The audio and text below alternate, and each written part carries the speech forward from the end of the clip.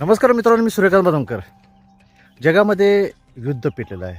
Iran, Israel, America यांच्यामध्ये जे युद्ध सुरू आहे त्याचा सरळ फटका सर्व देशांना पडत आहे. तो तेलाचा असेल, तो पाण्याचा असेल आणि इतर कुठल्या गोष्टीचा असेल.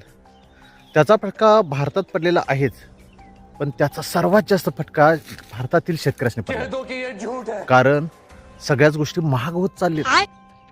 मग हे जे महाग होत चालले ते भरून काढायचं कसं, असा प्रत्येक जणांचा विचार सुरू आहे. आणि याच काळात शेतकऱ्यांचं पांढरं सोनं हे लागायला सुरुवात झाली. आणि आता लोकांनी तो जे महागाईचा फटका आहे तो भरून काढण्यासाठी काय केले की शेतकऱ्यांचं पांढरं सोनं चोरायला सुरू केले. इस्रायलचं म्हणा, अमेरिकेचं म्हणा, इराणचं म्हणा, जिथं मिसाईल घुसू शकत नाही ना, जिथे ड्रोन घुसू शकत नाहीत, तिथे यांचे हात बसले. बघायचं तुम्हाला तर हे बघा, अचूक मारा केलेला आहे त्या काजूवर. बघा, दिसते काय? झूम करतो तुम्हाला कळेल. हे बघा, तिथली काजू सुद्धा गायब करण्यात यांनी यश मिळवलेलं आहे. यश हे बघा, हे जे सोनं आहे कसं वरच्यावर एकदम अलगद पिकलेलं आहे त्या पाखरानं.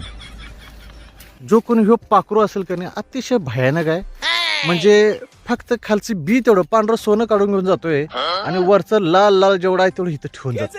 तुम्ही ते खावा आणि मारा. तर माझी भारत सरकारला विनंती आहे की तुम्ही जे काय आता युद्धामध्ये महाग झाले ते परत स्वस्त करा, नाहीतर हे जे सोनं लागलेलं आहे हे सोनं काय आम्हाला आता मिळत नाही. मागच्या वेळी पण आलो ना, 2 दिवसापूर्वी मी बघून गेलो की ही काजू पिकणार, ती काजू पिकणार. आज आलं ते काजूच नाही जाग्यावर. म्हणजे इतकं नियोजित कटकार असं नाही ना, म्हणजे चोरीचं खतरनाक. आणि हा फटका जर तुम्हाला नको असेल आपल्या शेतात, तर आपल्याला सरकारावर ना थोडंसं आंदोलन करायला लागलं सरकारच्या विरोधात की बाबा हे युद्ध एकदा सर थांबवा, नाही तर हे पांढरं सोनं काय आमच्या वाट्याला येत नाही.